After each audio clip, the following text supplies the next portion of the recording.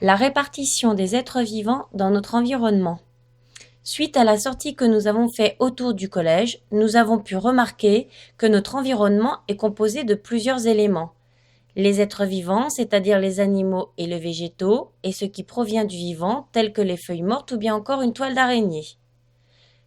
Les éléments minéraux, eux non vivants, comme les roches, l'air et l'eau.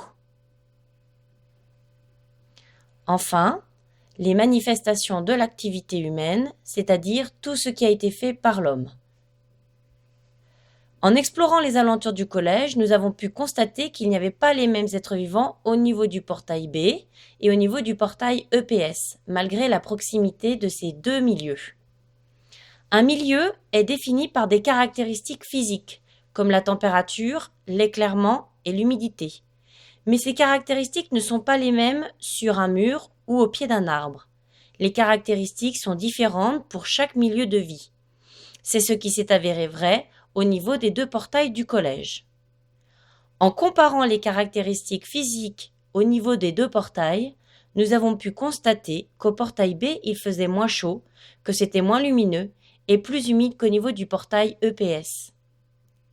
Aussi, nous avons pu en déduire que la présence des êtres vivants dans un milieu est donc liée aux caractéristiques physiques de celui-ci. Les êtres vivants de notre environnement ne sont pas répartis au hasard, mais en fonction de leurs préférences. À vous de découvrir maintenant en classe si d'autres facteurs influencent la répartition des êtres vivants dans l'environnement.